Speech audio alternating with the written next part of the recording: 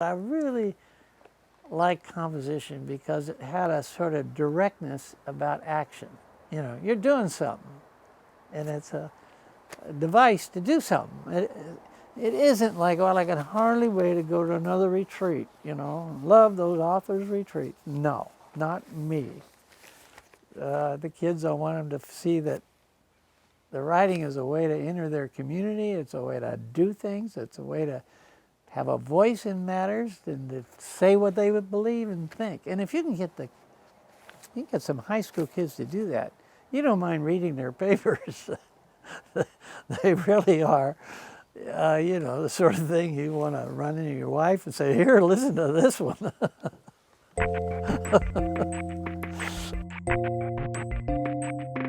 I am Miles Myers, and I am a semi-retired former K-12 college teacher.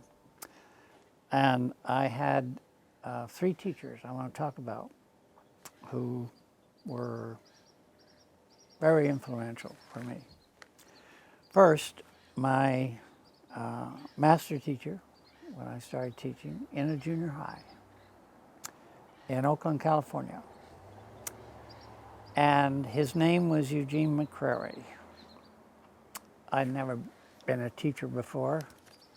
You know, come home from the war, meaning Europe, and so I decided to get a credential because I said to myself, I like to read, and I could see that this could be enjoyable. I could read books in English, you know, the novels and stuff I liked, and so I signed up, and Eugene McCrary became my master teacher. He was a very energetic junior high school teacher, and the kids, students in his classes were typical, 7th and 8th graders. And I hadn't really been around kids except my sisters and so on. Although I realized later that even as my wife said, my friends are also close to junior high in their mental age. I enjoyed it so much, and that I really didn't know what to expect. But I was so lucky to have him as a master teacher, because he loved to talk about schools and loved to talk about teaching, and he didn't want to stop. So my wife and I would go to his place every Friday afternoon after school's out, and we wouldn't leave there until Sunday afternoon and go home. We lived in Oakland too.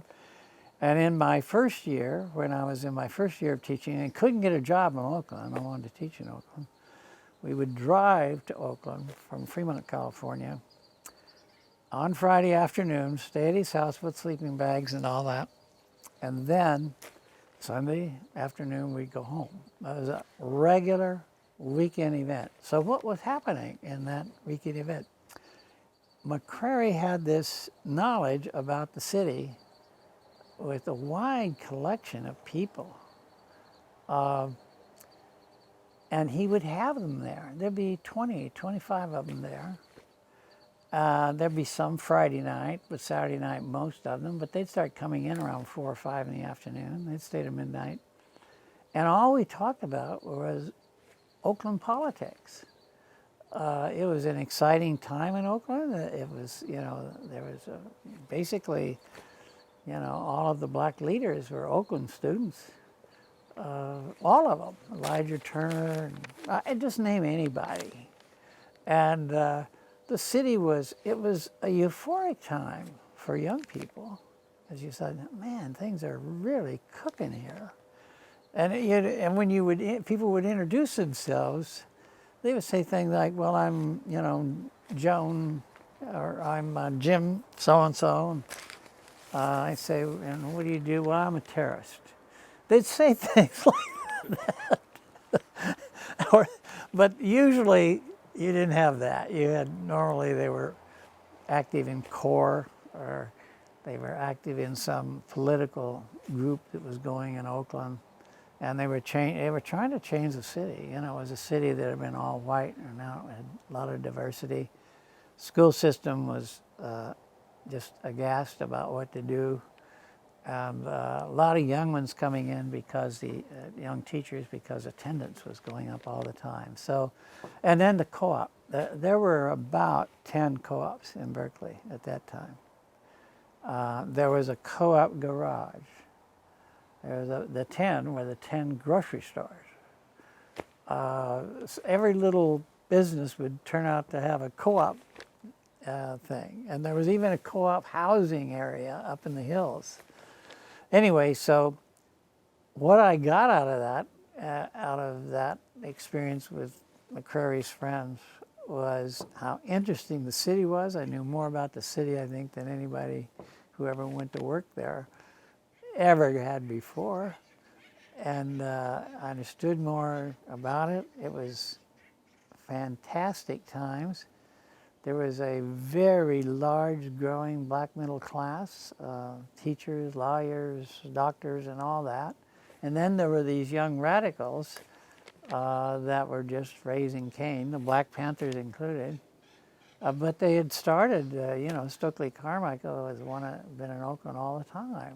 And some of them had gone to school there. And some of their relatives were still teaching. Anyway, so that, I'm indebted to him because when I went to work in Oakland, I thought I really knew this city really well and was connected in the sense that I had met a lot of people. Second one was a professor named Mark Rosenzweig. I did not have him as a teacher. However, my wife had him as a teacher. And when I was following her around, wherever she would go, I'd follow her around. And she would go to her seminar with Mark Rosenzweig, who was doing a lot of physiology over in the psychology department, which was very unusual. They didn't have physiological psych or anything like that in those days. They were all doing clinical or Freudian or whatever, Steve, you know, stuff like that. This guy was doing stuff with biology and chemistry, and he got it in his head that he and David Kresh, to find out whether or not if they had rats raised in an enhanced environment versus rats raised in a normal environment, meaning cages and a little straw, whether it made any difference in the brain chemistry of the animal, the rat. Lo and behold, and Marion Diamond was their young biologist over, she had the job of cutting the heads off and doing the biological work on whether or not there was a change in the chemistry in the brain, and lo and behold, there was. And this idea was like big. It was, and they were excited about it, and they were so excited they decided, as typical Berkeley professors, that they would do something as a public action. So they decided that the professors, all of them at university, would contribute X amount of money a month, and they were going to start what they call the SOS program. It's a scholarship program, a student opportunity scholarship program. And this is for high school students that would come to Berkeley, and in the summer for this program funded by the salaries of Berkeley professors. And one day I got now I knew it because I'd gone with my wife to his seminars. I was there chasing her everywhere she went. So and so I'm in the second year maybe at Oakland High, I get a call to come over to Berkeley for an interview for a summer job. And I didn't have a summer job. I said, yeah, okay, I'll come over there. And I got my interviews, you're not going to believe this, were Mark Rosenzweig, Leon Henkin, chair of the math department, I think. He was in the math department, I think he was the chair. And Owen Chamberlain, who had a Nobel Prize in physics. And the three of them were the three leading professors doing this SOS program. And they hired me to do the English part. And lo and behold, Gene McCrary was doing the history part. And then one of the best doggone math teachers you've ever seen, Bill Johns, was doing math. He was so good. I can't talk about him enough. But anyway, so why was this an impressive program to me? Because I had never been a teacher in a program where the leadership of it talked about big ideas like plasticity of the brain. That's what we're going to prove. We're going to give them a rich curriculum, and this is going to make a difference. And they were paying for it out of their professor's salary. After about 2 years or 3 years, it became the Outward Bound program. Or no, not Outward Bound, Upward Bound program. And the professors, I don't know if they didn't have to contribute anymore, I guess. But what happened is that was the beginning, at least on the Berkeley campus, of the brain plasticity movement. And now it's like everywhere you go. You can't get away from it.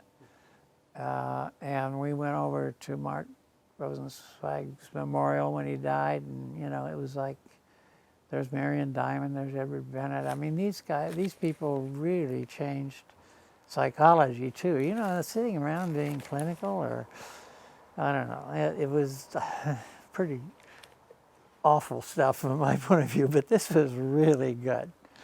So I feel indebted to him because of the feeling that, man, you could teach in a program where they had a real sense of mission about, and a big idea. They weren't running around saying, oh, we can hardly wait to meet another standard, or, you know, some other inventory of, you know, nonsense.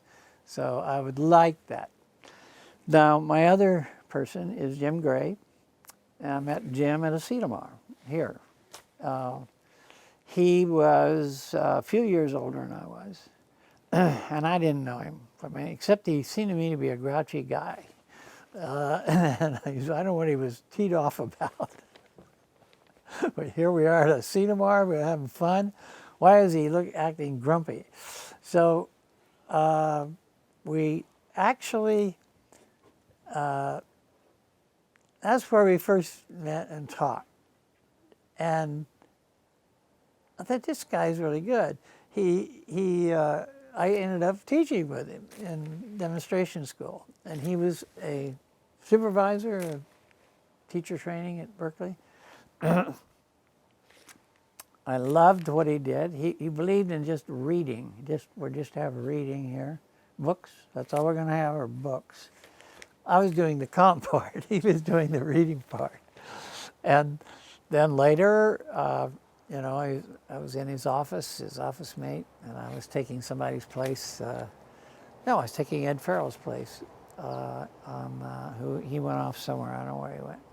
And I was taking his students, and then Ken Lane left, so I came back. I was going back to Oakland High and work there. Then I'd come back, spend a year. I did that about 3 or 4 times. But finally, Jim said he wasn't going to do a writing project. Now, the writing project and he wanted to do it because he loved it. He didn't write much himself, but he liked the language, he liked teaching it, he liked reading especially. He said, I want to hire you. I said, to do what? He said, I need an administrator. I said, I'm a union thug, you don't want me.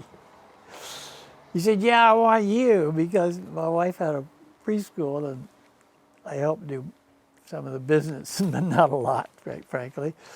But the funders had told him he had to get somebody in who could act like he was an administrator. And as a union person, you learn what they act like. So I was there, and the guy went to an interview, and he said to me, do you have any questions about the job? And I said, well, if there is a job, how much money can I transfer without that calling you up from one account to another? You know, if we need money over here and we don't have it, we can move it. He said, you can move 5,000 without any trouble. I said, how much are you giving us? Oh, I don't know. It'll be high. It'll be high. I said, are you sure? He said, yeah, I'm sure.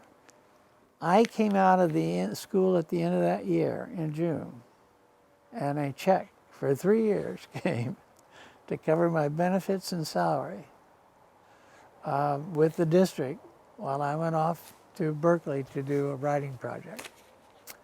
So I was with Jim another 10 years on the writing project, and you know, we just had a heck of a good time. And I'll tell you a funny story. At least I always thought it was funny. We had to go down and buy luggage. We weren't used to traveling, but now we had to travel in all these PSA planes then, Pacific Southwest Airlines, as a forerunner of Southwest Airlines. Anyway, so we each got a suitcase that we put our stuff in. And they had little straps on them, and you'd get off of the plane. These are fairly small planes, and you'd walk across the tarmac pulling your suitcase behind you. Well, it turned out that his suitcase had a particular click-clack noise, and so I gave it the name of a dog.